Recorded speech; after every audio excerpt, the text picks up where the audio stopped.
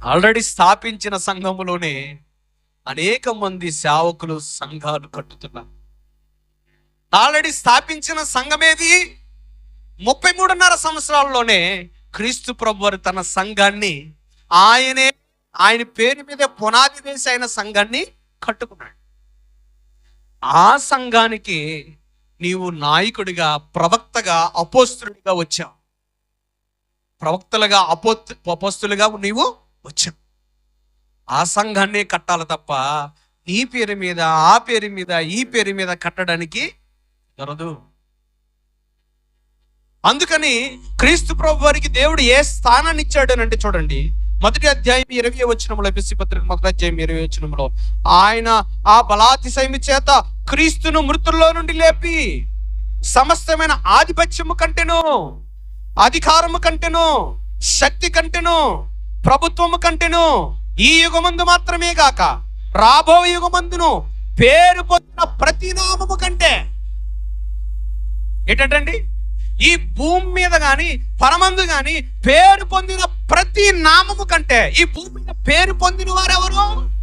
గొప్ప నాయకుడిని చెప్పుకుంటున్నావు లోథర్, గొప్ప నాయకుడిని చెప్పుకుంటున్నావు దేవదాస్, గొప్ప నాయకుడిని చెప్పుకుంటున్నావు ఎవరెవరైనా సరే, పెద్ద సంఘమని చెప్పుకుంటున్నావు సిఎస్ఐ, పెద్ద సంఘమని చెప్పుకుంటున్నావు పెంతెకోస్త్. భూమి మీద గాని పరమందు గాని ఏ నామము కన్నా సరే పై నామం ఎవరిది ఉండాలట? క్రీస్తు నామమే. ప్రతి నామము కంటే ఎంతో హెచ్చుగా పరలోకమందును ఆయనను తన కుడిపార్శ్వం మీద కూర్చుండబెట్టుకుని ఉన్నాడు. మరియు సమస్తమును క్రీస్తు పాదముల క్రింద ఉంచి సమస్త పైన క్రీస్తును సంఘమునకు శిరస్సుగా నియమించాడండి. సంఘమునకు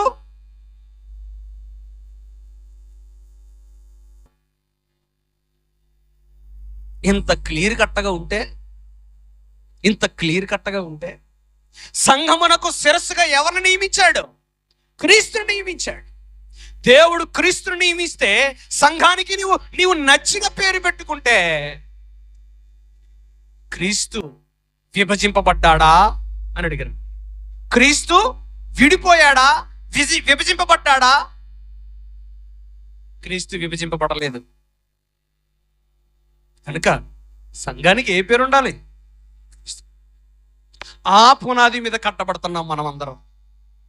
ఆ విలువైన, నిజమైన, స్థిరమైన పునాది మీద కట్టబడుతున్నాం మనం. ఆయన మాటలు ప్రకారమే మనం జీవిస్తే క్రీస్తులో ఉంటాం. ఆయన మాట వినకుండా మనం బ్రతికితే క్రీస్తు నుండి వేరైపోతాం. క్రీస్తు నుండి వేరే. నాలో ఫలింపని ప్రతి తీగను తీసివేసి అగ్నిలో కాల్చివేస్తాం. క్రీస్తులోనే ఉండాలి. క్రీస్తులో ఉద్యమం లేదా? ఉద్యమం పరలోకం నిన్ను తీసుకువెళ్ళదు. ఏమండి, పరిశుద్ధాత్ముడు లేడా? పరిశుద్ధాత్ముడు అల్లరికి కర్త కాడు.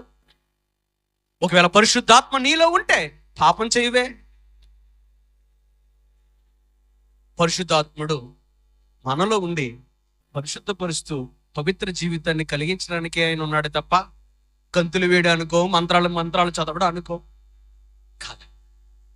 తన సంఘాన్ని వివాహము చేసుకోవడానికి, తన సంఘాన్ని అత్యానందంతో స్వీకరించడానికి రాబోతున్నాడు. అప్పటికి నువ్వు సిద్ధపడి ఉండు. దేవుడు నిన్ను పరలోకం చేరుస్తాడు.